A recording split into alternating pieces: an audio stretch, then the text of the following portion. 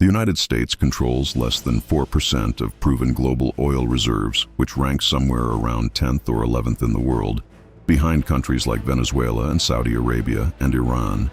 And yet American influence over global oil markets is so overwhelming that the price of oil worldwide is determined primarily by American policy decisions and American military actions and American economic conditions. And here's what makes this completely insane, because countries that have 10 times more oil than America have almost no influence over global prices. And Venezuela sits on the world's largest proven reserves with over 300 billion barrels, but can barely export oil due to sanctions that America enforces. And Iran has massive reserves but produces far below capacity because American pressure prevents investment and technology transfer. And Russia is one of the top producers, but discovered during the Ukraine conflict that America can orchestrate sanctions that cripple their ability to profit from oil sales. And the question that energy analysts obsess over is how the United States, with relatively modest reserves, gained such total control over a commodity that other countries possess in far greater quantities. And the answer involves 6 strategic mechanisms that work together, like a system where each element reinforces the others. And when you understand these 6 reasons, you'll see that control of oil has nothing to do with how much you have in the ground, and everything to do with control of the systems that extract and transport and price and trade oil globally. And the first reason is something that explains why oil flows in dollars, and that's the petrodollar system created in the 1970s, which made the U.S. dollar the mandatory currency for oil transactions. And this single decision gave America control over global energy markets, regardless of reserve sizes. And here's how the petrodollar system emerged. Because in 1973, Arab oil producers imposed an embargo that caused global oil prices to quadruple. And this created massive inflation in the United States and threatened the dollar's stability, because countries could potentially start pricing oil in other currencies. And the Nixon administration faced a crisis because the dollar had just been taken off the gold standard in 1971 and needed a new foundation, and the solution was brilliant, because Secretary of State Henry Kissinger negotiated a deal with Saudi Arabia in 1974, where the Saudis would sell oil only in dollars and would invest their oil revenues in U.S. Treasury bonds, and in exchange, America would provide military protection and weapons and political support. And think about what this created, because Saudi Arabia was the largest oil exporter and the de facto leader of OPEC. And when the Saudis agreed to dollar-only pricing, the rest of OPEC followed, and this meant that every country buying oil had to first acquire dollars regardless of where the oil came from or who was selling it. And this created artificial permanent demand for dollars that had nothing to do with the American economy and everything to do with energy market structure. And compare this to how other commodities trade, because you can buy wheat or copper or steel in various currencies depending on the buyer and seller. But oil, which is the most traded commodity on earth, only trades in dollars. And this gives America enormous leverage, because controlling the currency of oil trade means controlling access to oil markets. And here's the mechanism that makes this decisive, because countries need dollar reserves to buy oil, and they hold those reserves in U.S. Treasury bonds. And this means oil importing countries are essentially lending money to the United States at low interest rates, and this allows America to run trade deficits and government deficits that would cause currency crises in other countries. And beyond the financial advantage, there's also the sanctions power, because since oil trades in dollars, the United States can cut countries off from oil markets by restricting their access to dollar transactions. And this is what happened to Iran, where American sanctions prevented Iranian oil sales not by physically blocking shipments, but by making it impossible to conduct dollar transactions, and banks and companies that violated these sanctions faced being cut off from the American financial system. And since the dollar is essential for global trade, this threat is devastating. And the second reason is what actually determines global oil prices, and that's American control of key choke points and shipping lanes through naval power. And this control means America can guarantee or disrupt oil flows, and this gives leverage over producer and consumer countries, regardless of who owns the reserves. And here's why choke points matter so much, because over 60% of global oil moves by sea, And this oil must pass through a handful of narrow straits and canals, and the most critical are the Strait of Hormuz, which handles about 21 million barrels per day, and the Strait of Malacca, which handles about 16 million barrels per day, and the Suez Canal, which handles about 9 million barrels per day. And these choke points are so narrow that blocking them would cause immediate global oil shortages and price spikes. And the United States Navy maintains the capability to control or close these choke points through carrier battle groups and naval bases. And this capability is unique because no other country has the global naval presence to project power in the Persian Gulf and the Indian Ocean and the South China Sea simultaneously.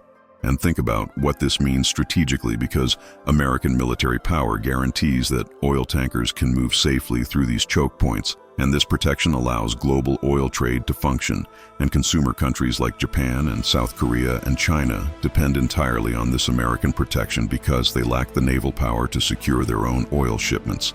And this creates a dependency where even countries that don't like America benefit from American naval dominance. And here's the leverage this creates, because the implicit threat is that America could disrupt oil flows if its interests were threatened. And during the Iran-Iraq War in the 1980s, the U.S. Navy escorted Kuwaiti tankers to ensure oil kept flowing. And this demonstrated American willingness to use military force to control oil shipments. And compare this to other countries, because China is trying to build a blue water navy, but still can't protect oil shipments from the Persian Gulf to Chinese ports without relying on American protected sea lanes. And Russia has a large navy, but it's divided between fleets that can't support each other, and European countries have capable navies, but lack the scale to operate globally. And here's why this creates control. Because producer countries know their oil has to reach customers, and American naval power can facilitate or prevent that. And this gives America influence over countries like Saudi Arabia, which depends on exporting through the Persian Gulf, and Venezuela, which exports through the Caribbean and African producers who ship through waters the U.S. Navy dominates. And the third reason is something that operates invisibly but determines how much oil reaches markets, and that's American dominance of oil services and technology, which means that even countries with massive reserves can't efficiently extract oil without American companies and American technology, and this creates dependencies that translate into control. And here's how oil services work. Because modern oil extraction is incredibly complex and requires advanced drilling technology, and seismic analysis and reservoir management and hydraulic fracturing and offshore platform engineering, and the companies that lead in these technologies are predominantly American, with companies like Schlumberger and Halliburton and Baker Hughes providing services globally. And these companies possess knowledge and equipment that took decades to develop and can't be easily replicated. And think about what this means for countries with large reserves, because having oil in the ground is worthless if you can't extract it economically, and many oil fields require advanced technology to access. And this is especially true for unconventional oil, like shale, or ultra-deep offshore, or heavy crude. And American companies are the world leaders in extracting these difficult resources, and the shale revolution in the United States demonstrated this because American companies developed hydraulic fracturing and horizontal drilling techniques that unlocked massive oil production from rock formations that were previously uneconomical. And this technology transformed America from a declining producer to the world's largest oil producer. And compare this to other countries which have shale formations but can't replicate American production, because they lack the technology and the expertise and the service companies. And China has large shale resources, but produces almost nothing because the geology is more difficult and the technology isn't available. And Argentina has the second largest shale reserves, but can't develop them at scale without American technology. And here's the control mechanism, because American oil service companies can be prevented from working in specific countries through export controls and sanctions. And when American companies pull out of a country, oil production typically declines because local companies can't maintain the same technological sophistication. And this happened in Venezuela, where American sanctions forced service companies to leave, and Venezuelan production collapsed from over 3 million barrels per day to under 1 million. And it happened in Iran, where sanctions limited technology access and prevented new field development. And here's why this matters strategically. because it means countries with large reserves remain dependent on American technology to monetize those reserves, and this dependency gives America leverage in negotiations and conflicts, because the implicit threat is withdrawal of technology access. And the fourth reason is what actually made America the world's largest oil producer, despite modest reserves, and that's the innovation in unconventional extraction, particularly hydraulic fracturing and horizontal drilling, which unlocked resources that other countries can't access. And this production capability gives America unique flexibility to influence markets. And here's how the shale revolution changed everything. Because in 2008, the United States was producing about 5 million barrels of oil per day and was heavily dependent on imports. And within 10 years, production had more than doubled to over 12 million barrels per day, making America the world's largest producer, surpassing Saudi Arabia and Russia. And this increase came entirely from shale oil, which is trapped in tight rock formations and requires hydraulic fracturing to extract. And think about what this production surge created, because it gave America energy independence for the first time in decades and meant that American foreign policy was no longer constrained by dependence on Middle Eastern oil and allowed America to impose sanctions on countries like Venezuela and Iran without worrying about domestic supply. And the technology that enabled this is uniquely American, because it required combining horizontal drilling with hydraulic fracturing and doing this at massive scale across thousands of wells. And American companies developed the techniques and the equipment and the expertise through decades of experimentation. And compare this to other countries which have shale resources but can't replicate American production because the geology is different, or the regulatory environment prevents development, or the technology isn't available. And even countries that want to develop shale face obstacles because hydraulic fracturing requires massive amounts of water and generates environmental concerns. And these issues have prevented development in Europe and limited it elsewhere. And here's the strategic advantage, because American shale production can respond quickly to price changes, and when oil prices rise, shale producers can drill new wells within months and increase production. And this flexibility allows America to influence global prices by adjusting domestic production. And during the COVID pandemic, when oil demand collapsed, American producers cut output, and when demand recovered, they ramped back up. And this responsiveness doesn't exist in conventional oil production, where projects take years to develop. And beyond the direct production, there's also the spare capacity element, because American shale wells decline rapidly, but new wells can be drilled quickly, and this means America has latent production capacity that can be brought online.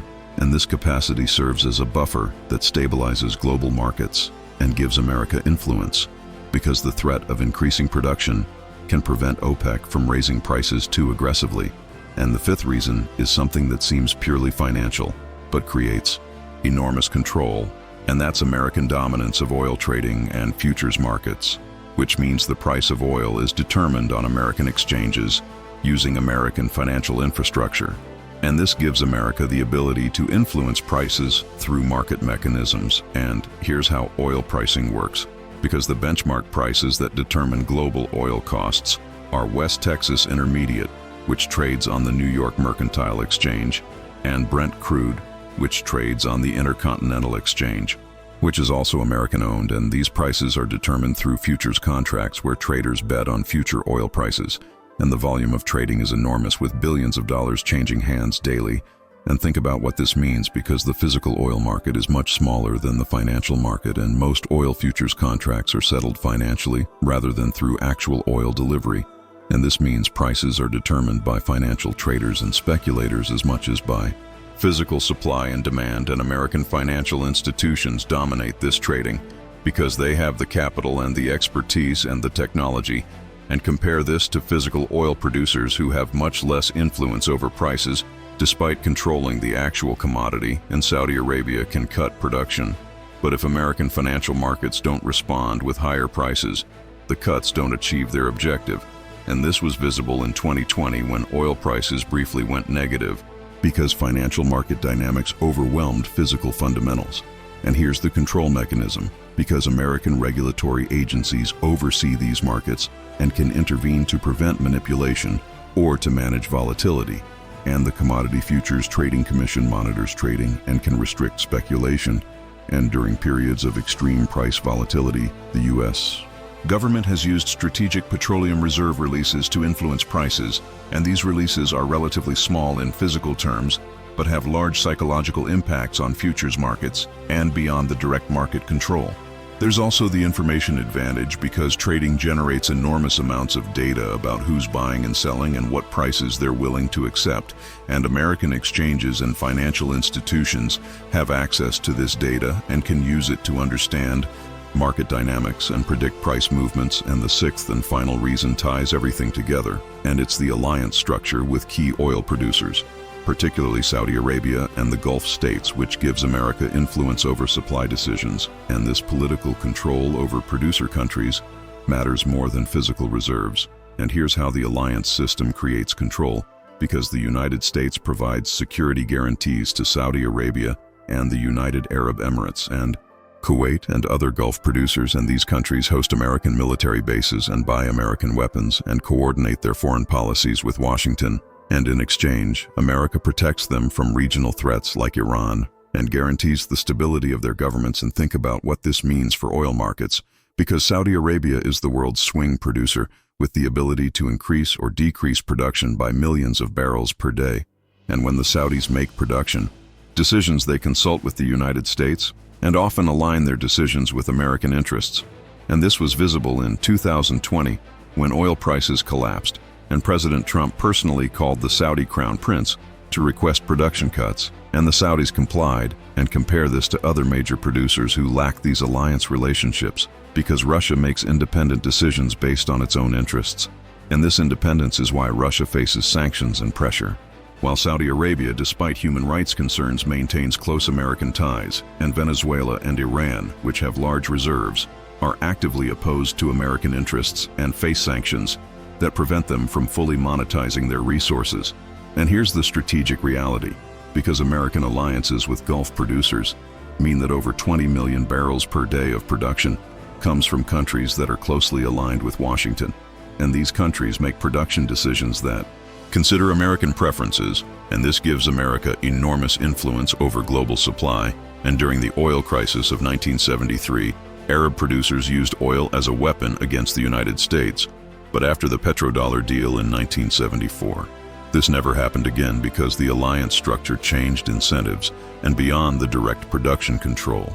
There's also the infrastructure element, because American companies built much of the oil infrastructure in Saudi Arabia. And the Gulf and American military power protects that infrastructure from attack. And this creates mutual dependencies where the Saudis need American protection, and America benefits from Saudi cooperation. And when you combine all six of these strategic reasons together, you see why American control of world oil has nothing to do with reserve sizes and everything to do with controlling the systems around oil. And the petrodollar system makes dollars mandatory for oil transactions, which gives America financial leverage and sanctions power, and naval dominance controls the choke points through which oil must flow, and this guarantees or threatens supply routes. And technology dominance means countries need American companies to extract oil efficiently, and this creates dependencies that translate into influence, and domestic production from shale gives America the flexibility to adjust supply and influence prices without depending on imports. And financial market control means oil prices are set on American exchanges through American financial infrastructure, and alliance structures with key producers give America influence over supply decisions from countries with the largest spare capacity. And these six mechanisms reinforce each other in ways that create total control, because financial control enables sanctions, which make countries dependent on American goodwill, and naval power protects allies and threatens adversaries, and technology access is granted or withheld based on political alignment, and domestic production provides independence that allows aggressive foreign policy. And the result is a system where America controls oil markets despite having relatively small reserves. And this control has been maintained for 50 years since the petrodollar agreement, and shows no signs of weakening, because the structural advantages are so overwhelming, and attempts to create alternative systems have consistently failed, because the dollar's role is too entrenched, and American naval power is too dominant, and American technology is too advanced, and American alliances are too valuable, and American financial markets are too deep.